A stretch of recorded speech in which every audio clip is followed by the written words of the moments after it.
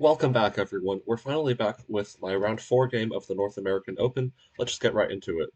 So, I lost two in a row. I have one out of three, and I'm paired against a 1900 with black, so I really want to win this game. So, we get e4, c5, knight f3, g6, knight c3,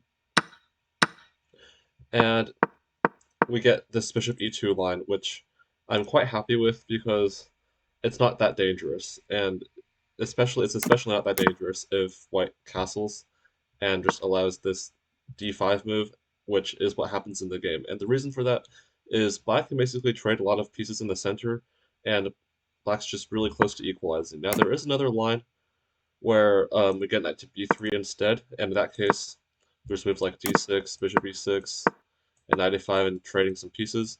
And this is slightly less close to simplifying for black, but black usually still ends up pretty okay. All he needs to worry about is these two pawns and f5 at some point.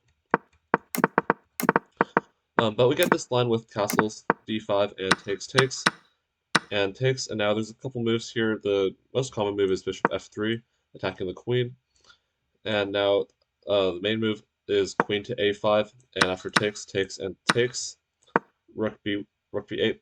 Black is temporarily down a pawn, but there's no way for white to guard this pawn here, and the queenside pawns are all basically kind of loose. So at the very least, black's gonna get rid of all these pawns, and black might even hang on to an extra pawn here, which is why black has just a very, very narrow edge in this position. But instead, my opponent takes the knight, and now I take back with the queen, and now I have a really nice bishop on this diagonal. This bishop's ready to come into the game, and then I'm also going to develop my rooks. So black is looking completely okay here. So we get c3, and now I develop my bishop to e6. Bishop f5 I was also looking at, but I liked e6 because it attacked this pawn, and it kind of kept this rook tied down to this pawn here. So now my opponent attacks my queen with bishop to f3. I go queen to b5, trying to hit this pawn and just trying to make my opponent panic with some attacks. So now rook to b1 is not possible because of bishop takes a2, but it also would have been possible if the bishop was on f5. But now my opponent on move 14 makes a huge blunder.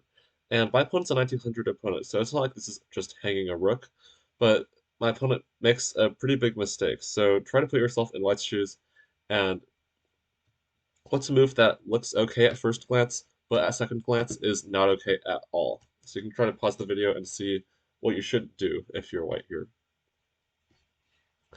So if you said a move like queen to c2, then you would be correct because this is a good move, but this is not what my opponent played. My opponent played queen to e2 instead, trying to trade queens and protect this pawn at the same time. However, you can pause the video again, but this runs into bishop to c4, and now there's a lot of pieces on this diagonal, but I'm basically going to be skewering the queen and the rook. So I'm attacking the queen, queen has to move, and now I just take the rook. Now I actually spent a lot of time, probably more time than I should have spent, because my opponent played queen to e2 very, very quickly, and I knew that it is possible that this was a blunder, but I just had to make sure that this wasn't some sort of very, very obscure theory where these two bishops take these pawns and then white just pushes these. Now this does sound kind of paranoid, but I just had to make sure. I didn't spend that much time, but I did pause for a few minutes before taking this rook, and then now all I have to do is make sure I don't lose these pawns, consolidate, get my pieces together, and it should be okay. So we get a4, and now my first big decision is where to put my queen. Now, if you're looking in the right of the screen, you're going to see a quote by Emmanuel Lasker. When you see a good move, look for a better one. Now, I've noticed that I've not actually talked about the quotes in the videos. They've just kind of been sitting there. But this quote actually really does apply to this position here. Because when I saw at first glance, Queen d7 is the most logical move, and it looks pretty good, just staying on this d7 pawn. However, I also saw Queen to a6, which might be even better, but it just kind of looks in a weird spot here on a6. However, Queen a6, after I played Queen d7, I realized that Queen to a6 was better, because after I went to d7, I was thinking how to untangle these pawns. And the main advantage, a really big advantage of Queen to a6, is that the queen defends both pawns, and that releases my rook. So with the queen on d7, I cannot move my rook here because it hangs this pawn, and I cannot play b6 because it hangs the rook. But once my queen goes to a6, now I can stack. I can play rook d7 and rook a to d8, and then I can play b6, queen c8, and now these two pawns are consolidated. I have the double stack, and I also have a queen. So I should have played queen to a6. With queen to d7, it's a little more difficult. It takes a little bit more time to get some to untangle my pieces. But my opponent plays queen to b3, attacking the pawn, and now I play rook to c8, stepping out of this pin. And my opponent takes this pawn on a7, which is a mistake. My opponent should have played a5, which is what I was expecting. If my opponent played a5, I would have played b6, and it looks like it's hanging the pawn twice, but if the queen takes, I can take this pawn, and then this pawn falls probably next. If my opponent takes with the bishop, I can pin the bishop and just pin it to win it, basically. Um, it's very hard to get out of this pin. It's very annoying, so I can just put pressure on the piece, and it should be okay. Also.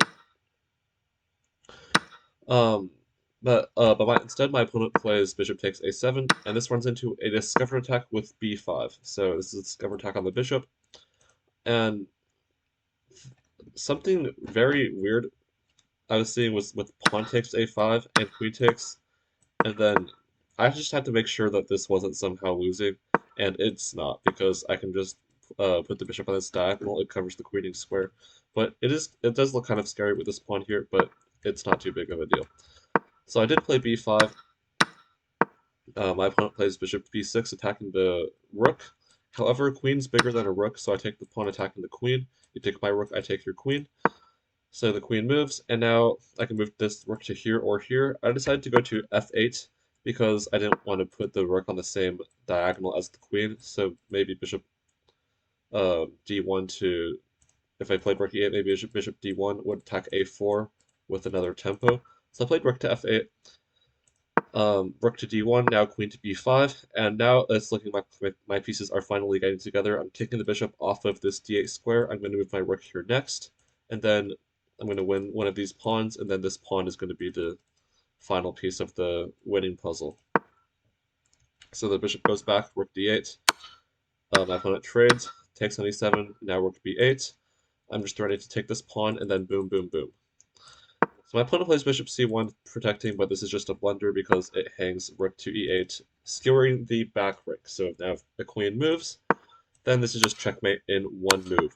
So my opponent resigns, and I get a very nice quick win in round 4. This is really good because it boosts my confidence. I remember how to win a game, and then maybe I can win some more games down the road. So that was round 4. Hope you enjoyed, and I'll be back with round 5 probably quite shortly.